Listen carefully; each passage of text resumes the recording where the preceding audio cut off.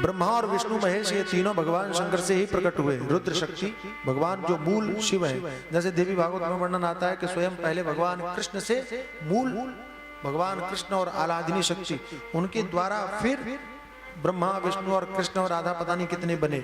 ऐसे ही शिव पुराण में वर्णन आता है कि मूल जो शिव तत्व था, उस शिव तत्व और आराधनी शक्ति के द्वारा ब्रह्मा विष्णु और रुद्र की उत्पत्ति हुई। ब्रह्मा को संसार की सृष्टि करने के लिए कहा, भगवान नारायण को संसार का पालन पोषण करने के लिए।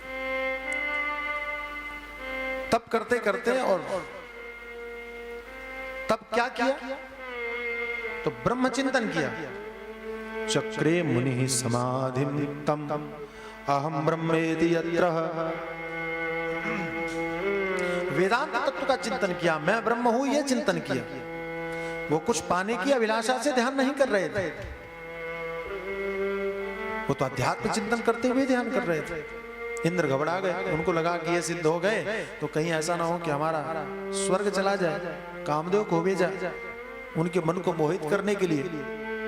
कामदेव ने सारी लीलाएं की, लेकिन नारद जी का ध्यान भंग नहीं हुआ। नारद जी ने काम के ऊपर विजय प्राप्त कर लिया। इस बात ने नारद जी के मान को बढ़ा दिया, अभिमान को बढ़ा दिया कि देखो मैंने काम पर विजय प्राप्त की। ब्रह्मा जी कहते हैं लेकिन समझने वाली बात यह है कि नारद जी ने काम के ऊपर विजय प्राप्त नहीं की। तो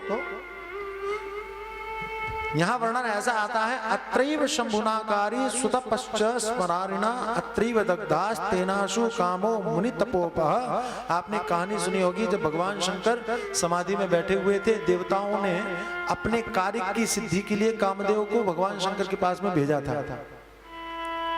उसमें भगवान शंकर ने कामदेव को भस्म कर दिया था, आप लोगों ने सुना होगा। जिसमें कामदेव को भस्म किया, रति को पता चला, रति आई, भगवान शंकर से प्रार्थना किया कि महाराज आपने हमारे पति को मार दिया, मैं अपना जीवन कैसे गुजारूंगी, मैं आपसे प्रार्थना करती हूं कि वो जीवित हो जाएं।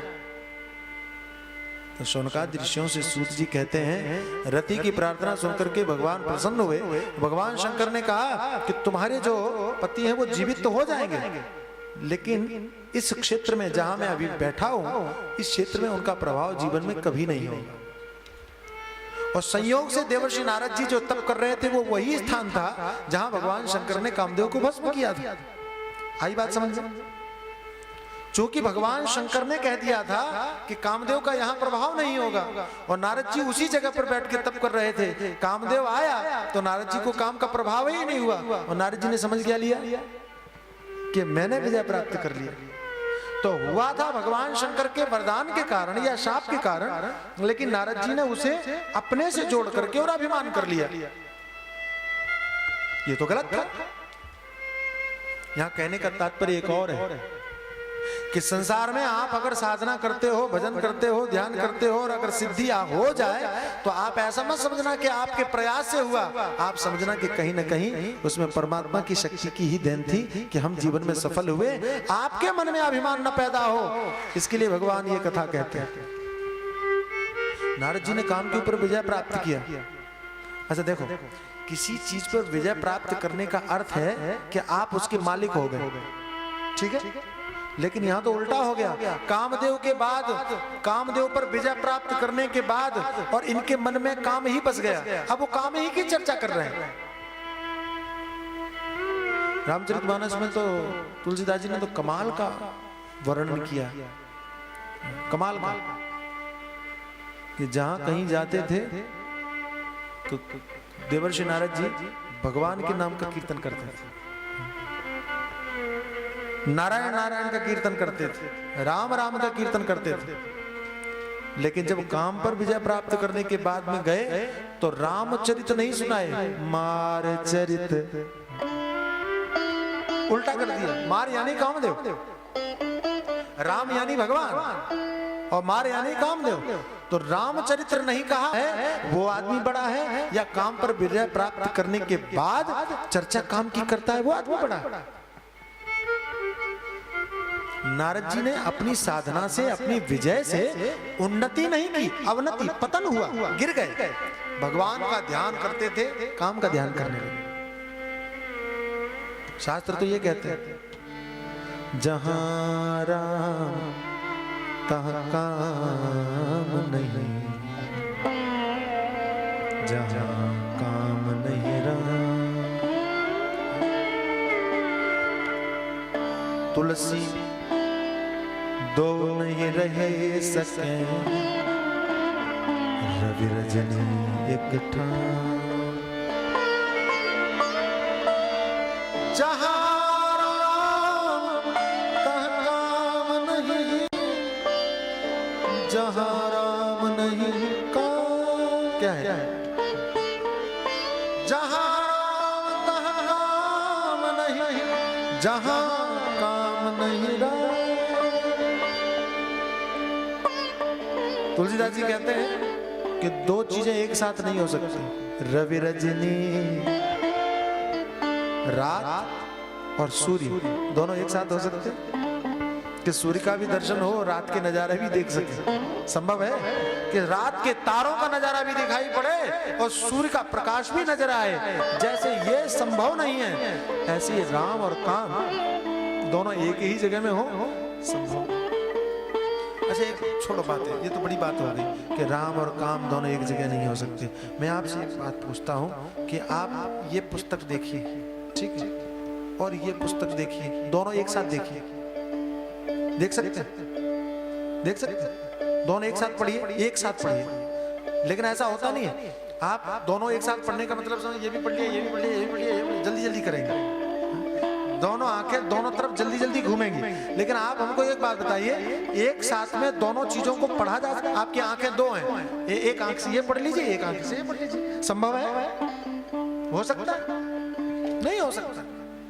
जरा सोचिए कि दो आंखें हैं लेकिन दो चीजों को आप एक साथ पढ़ नहीं सकते।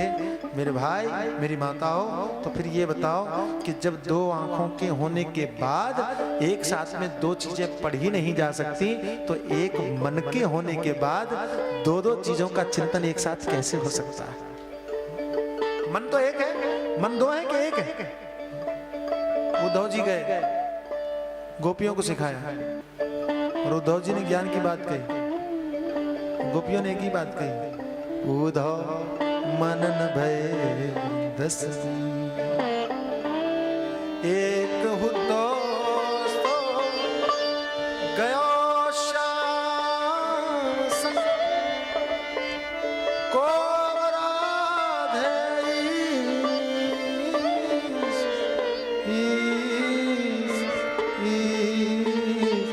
को अवराधे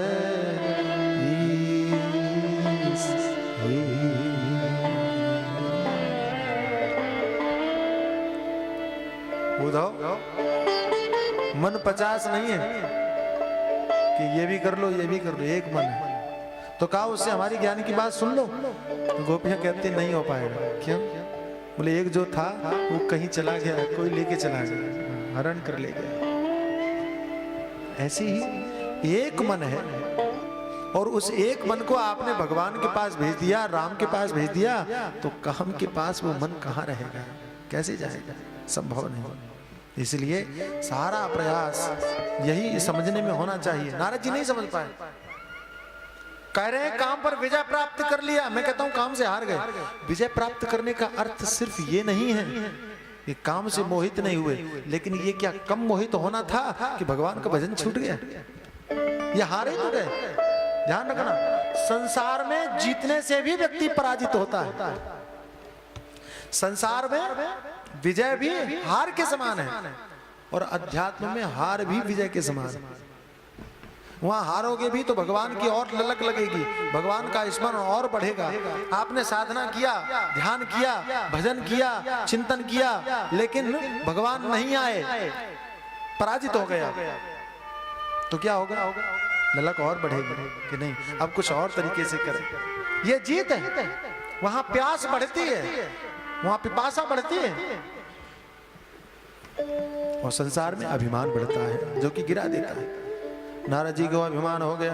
अब ये अभिमान लेकर के गए कहां? कमाल की बात यह है, जिनकी कृपा से काम विजय हुई उन्हीं को सुनाने पहुंच गए। शिव जी के पास गए।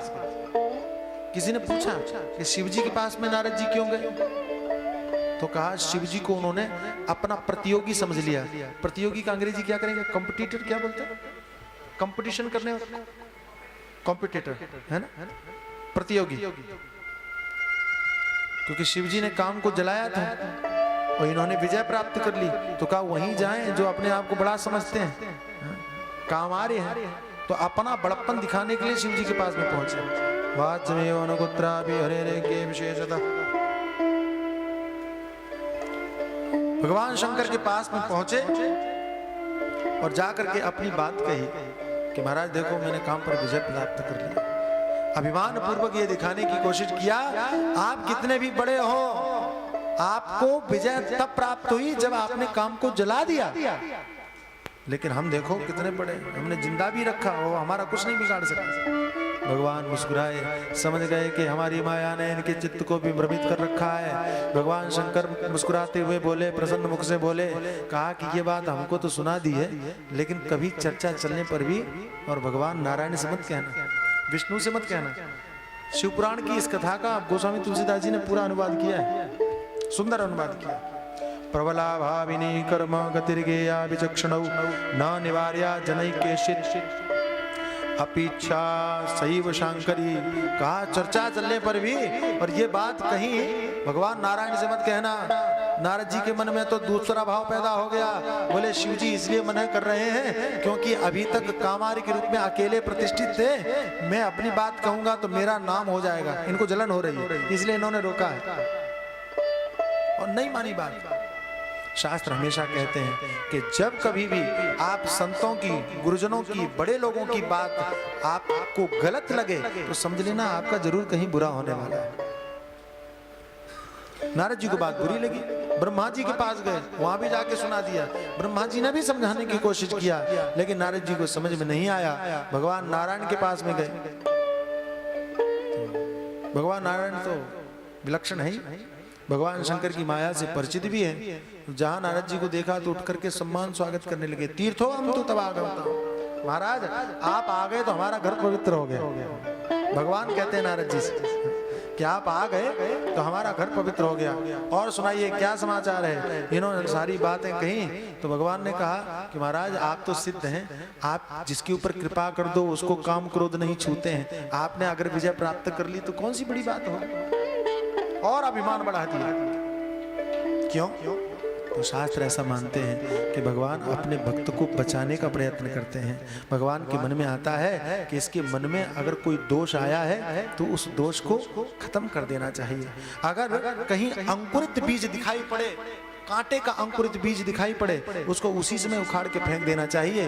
वृक्ष बनने के बाद में तो काटना कठिन हो जाएगा, लेकिन अंकुर को मिटाना कठिन नहीं है। भगवान ने सोचा अभी पैदा हुआ है, अभी ही समाप्त कर देते हैं। ऐसा सोच करके नारद जी को वहां से विदा किया। जैसे देवर्षि नारद जी वहां से चले, शिवे छया चकार आशो माया माया विशारद, देखा कि एक नया लोक नजर आया, नया शहर, नया नगर नजर आया, सुंदर नगर बना हुआ था। नारद जी ने कहा मैं तो सारी दुनिया में घूमता हूं, लेकिन कभी इस नगर को नहीं देखा, ये नगर है कौन सा, पूछना चाहिए। पूछा तो पता चला, समझ में नहीं आया। तो वहां एक राजा थे शीलनिधि, तत्र राजा शीलनिधिर नाम ऐश्वर्य समन्विता। शिव पुराण में नाम है श्रीमती नाम नामता, उनका नाम श्रीमती था। तो शीलनिधि राजा की राजधानी है, ऐसा कहा। तो नारद जी ने कहा पहली बार देख रहा हूं, जाना चाहिए। मोहित हो गए, समझ में नहीं आया। अगर वो थोड़ा सा भी ध्यान रखते तो उनको मालूम पड़ता, समझ में आता कि जो सारी दुनिया में घूम चुका हूं, अभी तक ये नगर कभी सामने नहीं आया, ये आज अचानक कहां से प्रकट हो गया। लेकिन मोहित थे, कुछ नहीं समझ पाए, विचार नहीं कर पाए। और देवर्षि नारद जी शीलनिधि राजा के पास पहुंचे। राजा ने स्वागत सम्मान किया, अपनी कन्या से प्रणाम करवाया और कहा कि महाराज आप इसके गुण दोषों को जरा बताइए, इसके भविष्य में क्या लिखा है। जहां उस कन्या को देखा तो बुद्धि घूम गई, मन में आया विवाह करना चाहिए।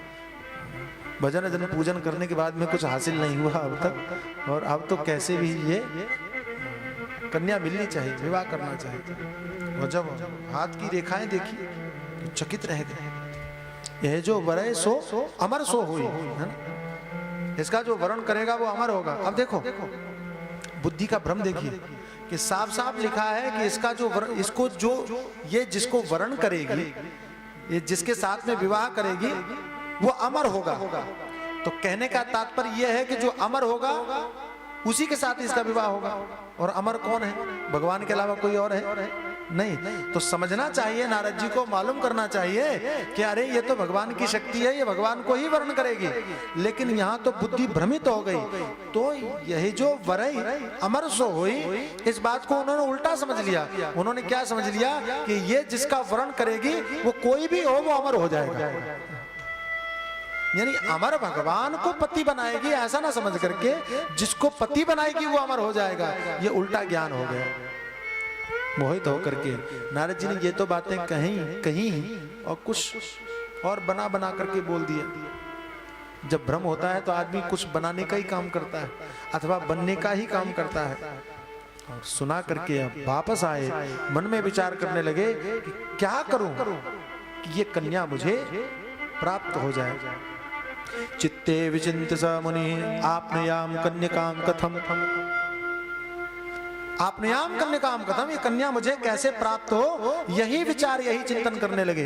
रामचरितमानस में तो ऐसा वर्णन है कि वो सोच रहे थे कि अब तो हमारी रक्षा भगवान ही कर सकते हैं, इतनी जल्दी तो, क्योंकि स्वयंवर होने वाला है, इतनी जल्दी तो और कुछ हो नहीं सकता है, भगवान ही मेरी रक्षा कर सकते हैं, तो भगवान के पास जाना चाहिए। यहाँ तो बताया कि भगवान के पास गए, रामचरितमानस में लिखा है भगवान के पास जाना चाहिए, ऐसा सोचा तो भगवान प्रकट हो गए। नारद जी प्रसन्न हो गए कि लगता है कि मेरा काम जल्दी बनने वाला है, कि मैंने भगवान को याद किया और भगवान सामने आ गए, प्रकट हो गए। वो कहा महाराज आप ही के पास आ रहा था, बड़ी कृपा किया कि आप प्रकट हो गए, कृपा अब मैं आपसे प्रार्थना करता हूँ। क्या है? कैसी भी कृपा करके और उसके साथ मेरा विवाह हो जाए, ऐसा मैं चाहता हूँ। तो मुझसे क्या चाहिए? तो कहा यही चाहिए कि आप अपना रूप हमको दे दीजिए। हमारे एक महात्मा है, वो बड़े प्यार से समझाते हैं कि देखो अज्ञानी आदमी संसार के लिए भगवान से भगवान का रूप मांगता है और ज्ञानी आदमी भगवान से भगवान के स्वरूप को जानने की बात करता है। यही फर्क है, यही अंतर है। स्वरूप दृष्टि से चिंतन करोगे आप ज्ञानी हो, भगवान के रूप की अपेक्षा करोगे तो नारद जी की तरह कहीं न कहीं मोहित हो। और नारद जी भगवान से कहते हैं कि आप अपना रूप हमको दे दीजिए और मुझे पूरा विश्वास है कि आप मेरा कल्याण करेंगे। यदि दास्य रूपम में तदा ताम प्राप्नुयाम ध्रुवम तद्रूपम सा विना कंठे जयमालाम न दास्यति स्वरूपम देहि मे नाथ सेवकोहम प्रियस्तव वृणुयान माम यथा सा वही श्रीमती क्षितिपात्मजा।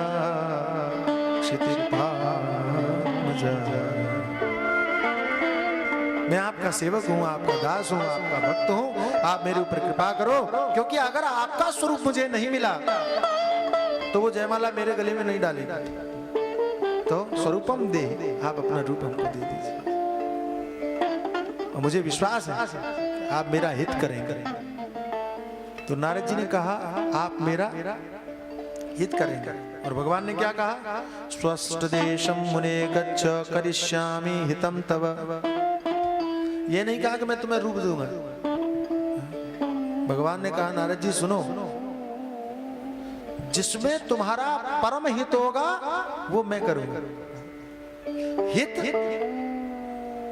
आप जो चाहते हैं भगवान वो करेंगे कि नहीं करेंगे आप जान, भगवान जाने। लेकिन भगवान कहते हैं कि तुम्हारा कल्याण जिसमें होगा वो मैं करूंगा, ये मैं वादा करता हूं। मैं एक बात पूछता हूं आपसे, आप अपने बच्चों की अभिलाषा पूरी करते हो, इच्छा पूरी करते हो? बोलो देखो, बोलना पड़ेगा। करते हो? अच्छा एक और बात पूछूं कि अपने बच्चों की सारी इच्छाएं पूरी करते हो? नहीं करते। सारी इच्छाएं पूरी करते हो? अच्छा ठीक है, सामर्थ्य के अनुसार सारी इच्छाएं पूरी करते हो।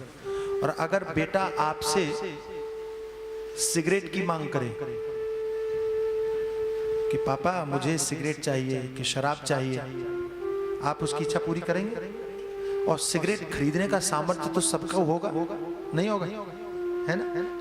तो इच्छा पूर्ति करते समय आप उसका हित और अनहित देखेंगे कि नहीं देखेंगे? देखेंगे। ध्यान देना, मेरी बात पर ध्यान देना। आप माँ बाप हैं और अपने बच्चे का हित अनहित सोच करके और तब उसकी इच्छा पूरी। आप बच्चे को बहुत चाहते हैं, बहुत चाहते हैं, लेकिन अगर उसने सिगरेट की मांग की तो आप पूरा नहीं करेंगे, इसका अर्थ यह है कि आप अपने बेटे को नहीं चाहते। ऐसा अर्थ है मेरे हिसाब से। तो अर्थ यह है कि आप इसीलिए उसको मना कर रहे हैं क्योंकि आप उसे बहुत चाहते हैं। समझ में आया? क्योंकि उससे उसका अहित है। ऐसे ही आपने भगवान से जो मांग की और वो इच्छा पूरी नहीं हुई, तो आप ऐसा मत सोचना कि भगवान आपको नहीं चाहते। आप ऐसा सोचना वो मुझे चाहते हैं इसलिए उन्होंने मना किया होगा, हो सकता है उसमें मेरा कोई भला हो।